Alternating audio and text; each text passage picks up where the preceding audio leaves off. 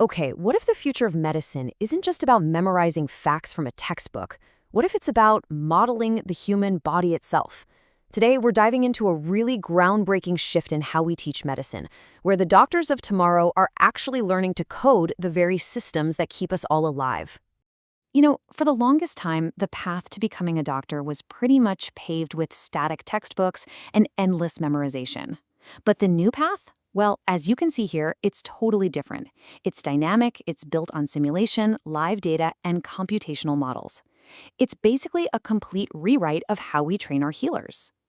So here's our game plan. We're going to start with why this change is even necessary. Then we'll take a look inside a digital physiology lab in India that's really pioneering this whole new approach. We'll get into how they model the human body, how they interpret its signals, and even how they're using wearable tech. And then we'll wrap it all up by looking at what this means for the doctor of the future. All right, let's jump right into part one, medicine meets a new code. This whole thing really starts with a problem, and that's the growing gap between what's in the medical textbooks and the high-tech world we're all living in. Think about a subject like physiology, the study of how our bodies actually work. For generations, it was all about memorizing facts and diagrams, but that's just not the case anymore. It's becoming a quantitative, data-driven science. It's starting to look a lot more like engineering, and medical schools are now in a race to catch up.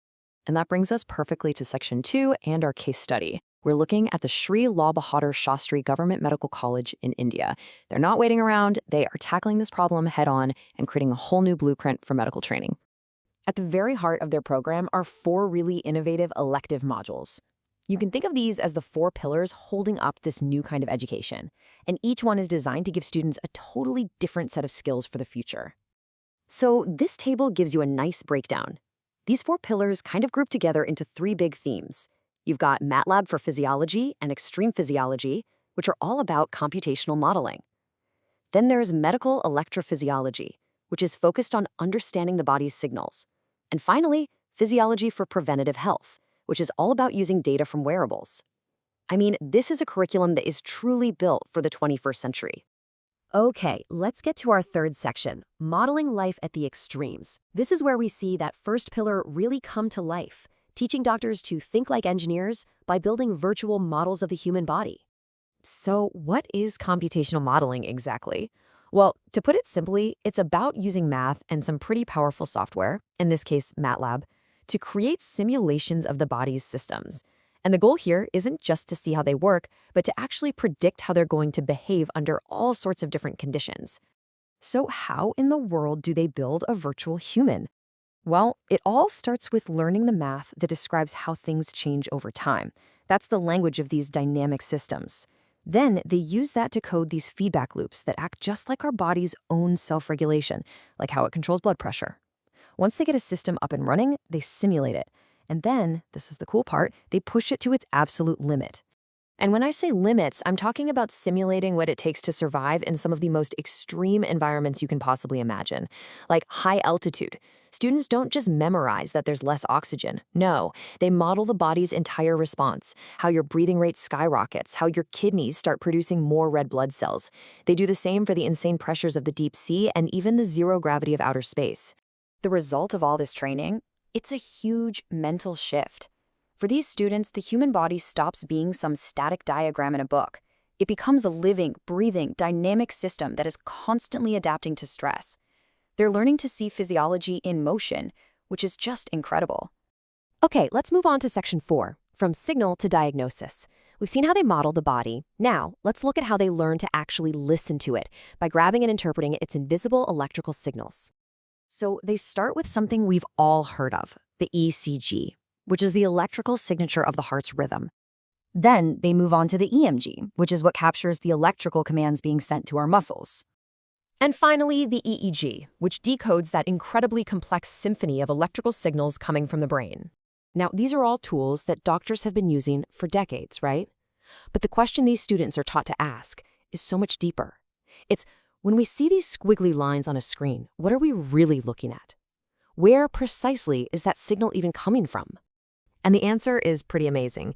It lies in this powerful visualization software that connects that abstract data to the physical body. It lets students literally map the signal from an ECG right onto a 3D model of the heart, and they can watch in real time as the electrical wave spreads. It truly makes the invisible visible. Now for our fifth section, wearable tech in the clinic.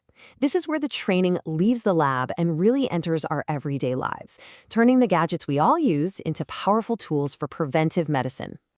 These future doctors are learning to analyze the exact same data that your smartwatch or fitness tracker collects every single day. Things like heart rate variability, your resting heart rate, sleep patterns, respiration, but they're being trained to look at it all through a clinical lens.